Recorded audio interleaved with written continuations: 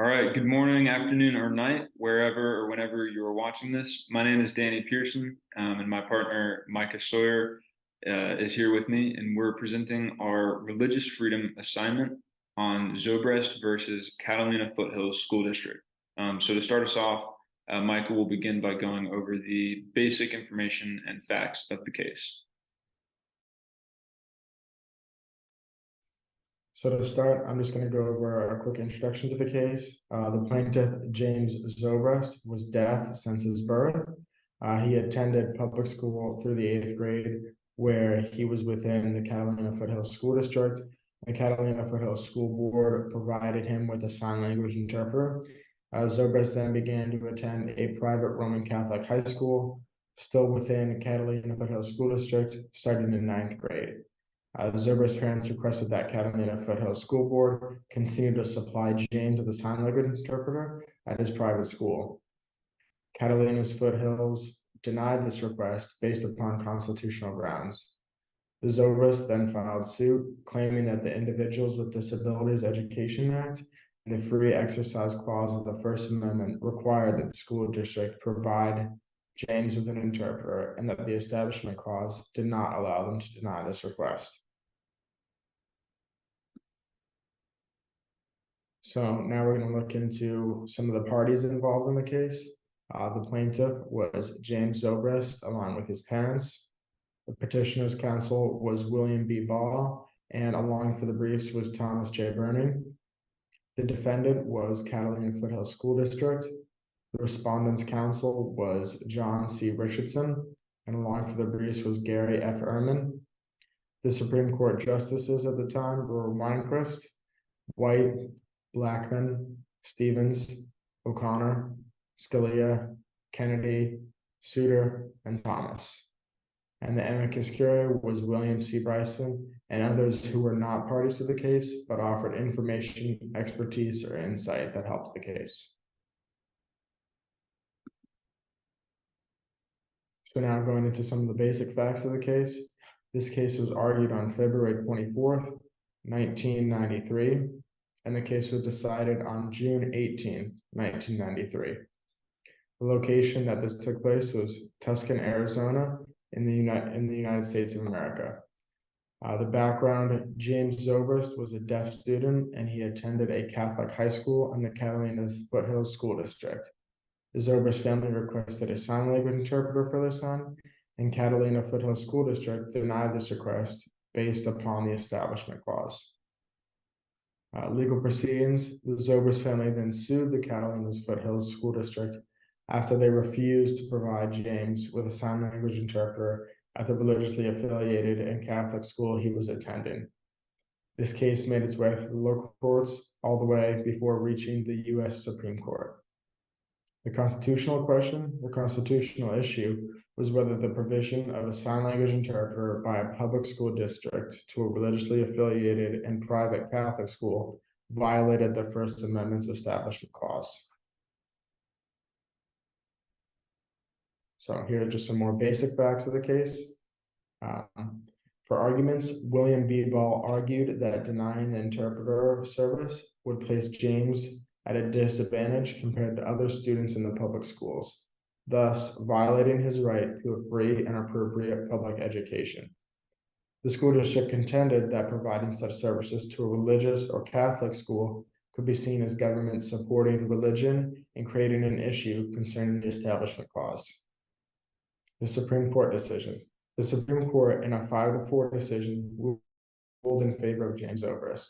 The majority opinion, which consisted of Justices White, Kennedy, Rehnquist, Scalia, and Thomas, held the belief that the provision of a sign language interpreter was a neutral service, not a direct government endorsement of a religion. Legal significance. Zobrest v. Catalina's Foothills School District clarified that certain forms of aid provided by the government to students in religious schools may be allowed if and only if they are considered neutral and do not promote or inhibit any religion. Impact. The decision had implications for the interpretation of the Establishment Clause and had implications for the balance between religious freedom and the separation of church and state in a context of public funding for services within religious and private schools.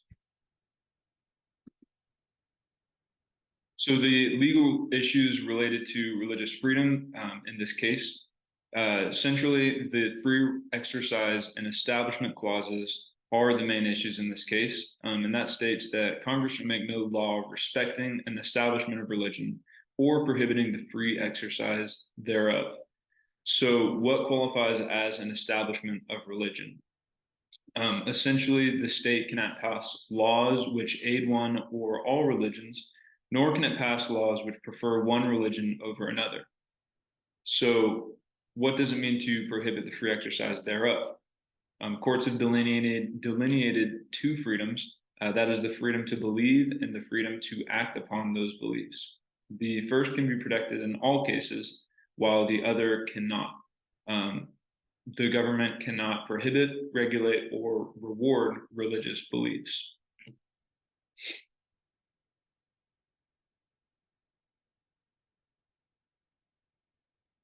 So the right to religious beliefs and the right to religious acts are two completely different things.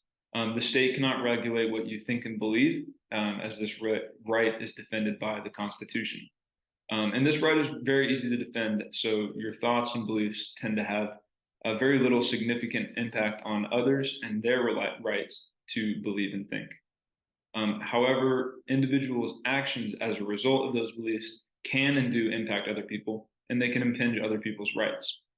So religious acts are subject to regulation or prohibition for the benefit and protection of society.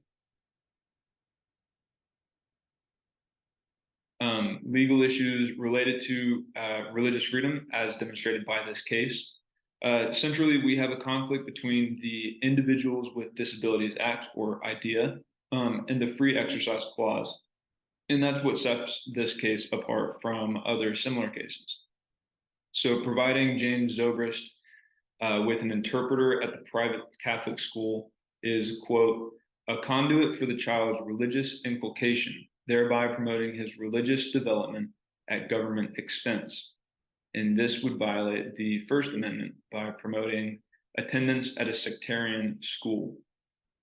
So the court held that, quote, government programs that neutrally provide benefits to a broad class of citizens defined without reference to religion are not readily subject to an Establishment Clause challenge, just because sectarian institutions may also receive an attenuated financial benefit. So what does that mean? The Individuals with Disabilities Education Act provides services generally to any student qualifying as disabled, and that is regardless of the sectarian or non-sectarian, nor the public-private nature of the school which parents select. Since the government paid interpreter ought to be provided without discrimination to the religion of the child, as well as the kind of school parents elect to send their child to, there is no financial incentive for the parents to select any particular school.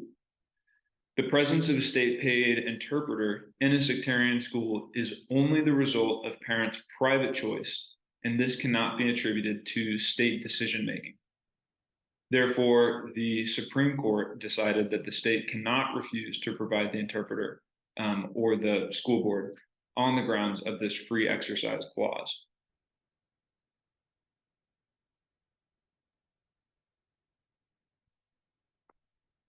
So now we're just going to go into our own personal opinions on the case. So I personally agree with the court's decision. The issue arose surrounding the Establishment Clause, and the Establishment Clause prohibits the government from establishing or supporting a religion. In the situation of the Catalina Foothills School District supplying James Zobrest with a sign language interpreter at a Roman Catholic high school, I personally do not believe that this violates the Establishment Clause.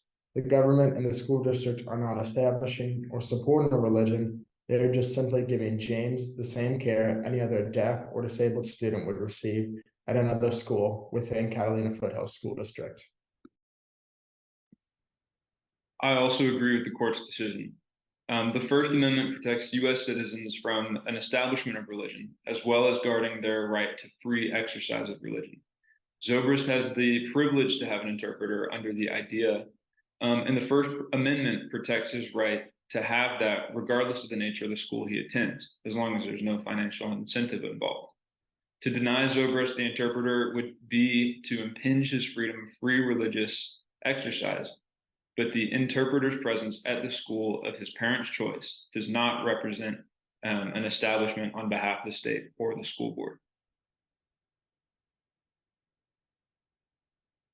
And we just wanted to say thank you for listening, and we hope you have a good day.